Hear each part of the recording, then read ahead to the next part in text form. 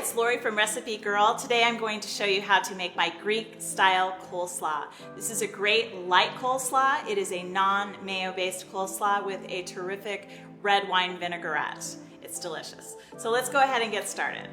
The first thing we're going to do is add about 3 tablespoons of olive oil to start making the dressing. Then we're going to add some red wine vinegar in the same proportion. We're going to add 3 tablespoons. And the spices we're adding are some dry mustard and oregano. We're going to add a little bit of fresh lemon juice. That's all we need to make the vinaigrette, so we're just going to stir it up. Go ahead and add a little salt and pepper. And we'll set that aside while we go ahead and prepare the salad. Okay, we're going to start with a bag of coleslaw. So we've got our cabbage, or shredded cabbage, in the bowl, and we're going to go ahead and toss that with the vinaigrette. And just take your salad tongs and toss it together so all of that cabbage gets coated with the red wine vinaigrette. We're going to add some feta cheese.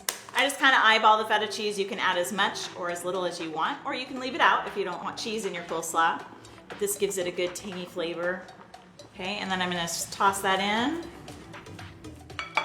And that's what makes the base of your salad. Now I'm going to garnish it with all the pretty stuff. Okay, now my coleslaw mix already has a little bit of shredded carrot in it, but to me it doesn't look like very much, so I like to add a little bit more just to really brighten it up, the coleslaw.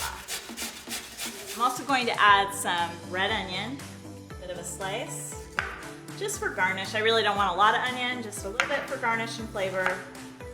It's so pretty with the orange and the purple. And then the last thing I'm going to add are some pepperoncini. These are found in the jar near the pickles.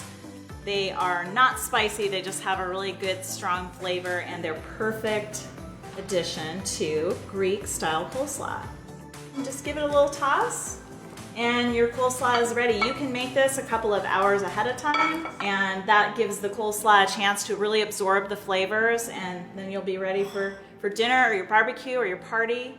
For the full details on this recipe, visit recipegirl.com.